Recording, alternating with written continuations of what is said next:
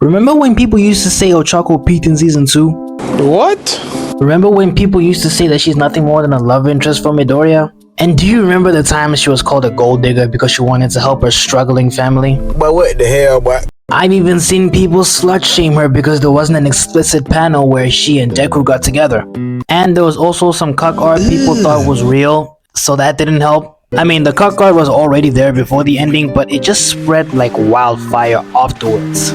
To me, Ochako is like one of the better written female characters in My Hero, but half the people watching treat her like she's Kid Sakura, anime version. And most of said half will include people who haven't even touched My Hero, or just dumb down her characters just so she can get out of the way of their favorite ship. We'll get to that later. But if you're tired of unnecessary Ochako hate, like I am, be sure to share the video so that we can fix her perception online. Or do our best at trying, you know how it goes. And also don't miss that big beautiful red button telling you to subscribe to the channel. Now play the intro.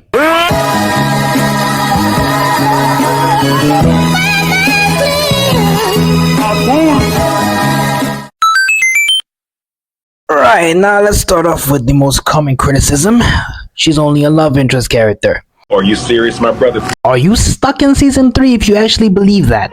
Look, yo, Ochako being in love with Deku is no secret, especially now since she admitted it.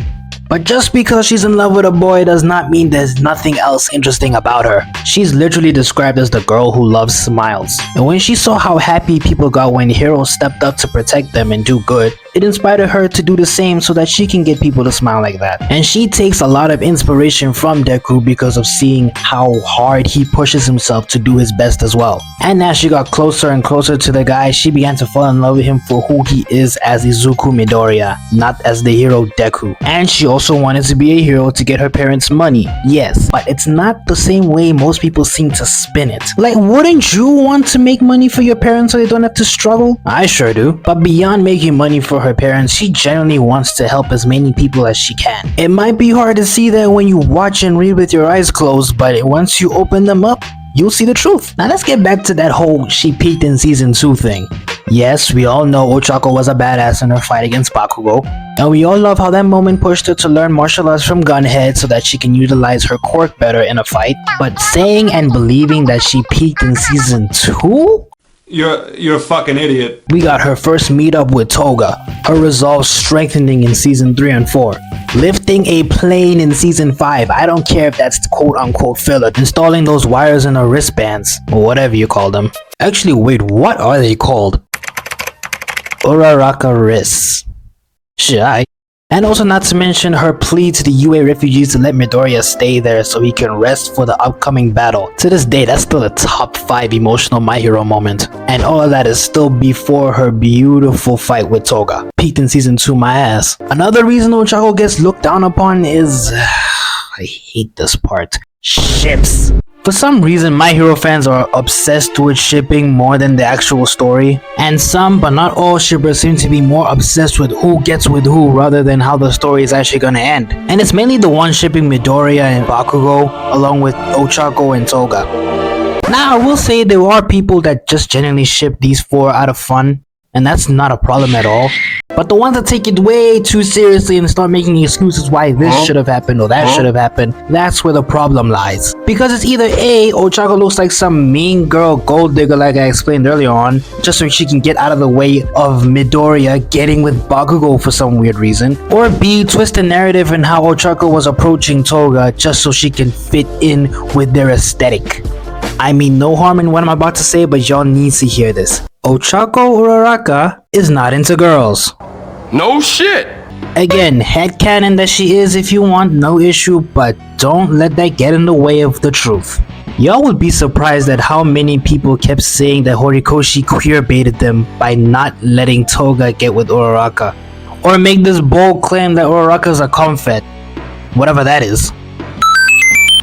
And one more time for everybody in the back, it is not everyone doing this, only a few that ruin it for everyone else. And they honestly need to realize rather now than later that the version of My Hero Academia they came up with is not Horikoshi's responsibility. Say that again. The version of My Hero Academia they came up with is not Horikoshi's responsibility. You're goddamn right. Okay, last thing I'll discuss concerns the ending, aka season 8 content, so if you're not caught up, skip ahead right now. After the war concludes and society is starting to pick itself back up again, we learn that Ochako's fight with Toga wasn't recorded till the very end. So Ochako was the last person to see her alive, and she feels all the guilt, feeling that she could have done more to help, that maybe if she met her sooner, she would have lived. But we don't get that yet. Instead, we get a visual of Ochako shutting her feelings away, because she doesn't want to burden everyone else while they're still showing happy smiles again. So she starts breaking down on this mountaintop, a hero in need of help herself. And who better to help her than Midoriya? The same person she went out of her way to help many seasons ago. Over and over and over again. His hero.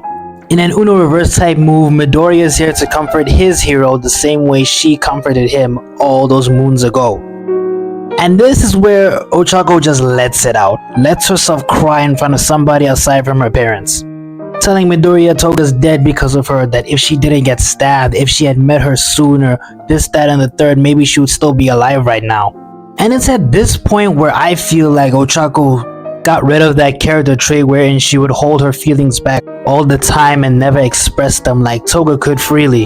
That now she's reminded that she can always lean on somebody to help her when things seem rough. A lot of people thought she finally confessed to Midoriya in this chapter, but I knew from the jump that this was not the right time for any of that. And I honestly think those who wanted this so badly were just in a rush to be like, ha! Gotcha! Now Bakugo and Midoriya can never get together because this happened instead. Something like that is what I meant by dumbing down these characters to be shipping devices only. And in regards to Ochako not confessing at that moment, I honestly feel like it's not that big of a deal. They're like early 20s, bro. Still working hard to make sure that this new hero society is nothing like the one of old. And they're busy people, so maybe romance and stuff like that is not the focal point right now, but the attraction is still clearly there. And these two will act on it when they're ready. Hopefully when the final volume drops, this idea gets expanded upon. But in summary, stop downplaying Ochako. From the start till the very end, she is one of the most important characters of the whole story. Midoriya wouldn't claim Deku as his hero name with confidence if she didn't give a new meaning to the whole name. She plays an integral part in making sure that no children should end up like the League of Villains. And it was her who started encouraging society to look after the heroes as much as they look after them. Homegirl is up there with some of the best characters in anime, whether they be male or female. And if you share the same opinion, never let anybody tell you otherwise. Ever. Anyways, that's all from me for this video. Let me know your thoughts in the comments, my good people. My first year of uni is over, so I got a lot more time on my plate, which means weekly videos maybe. No promises, but I do aim to try. So stay tuned for all that. Be sure to show the video some love. Make sure to sub to the channel for more videos like this, and I'll catch all of you beautiful people next time. Bye-bye.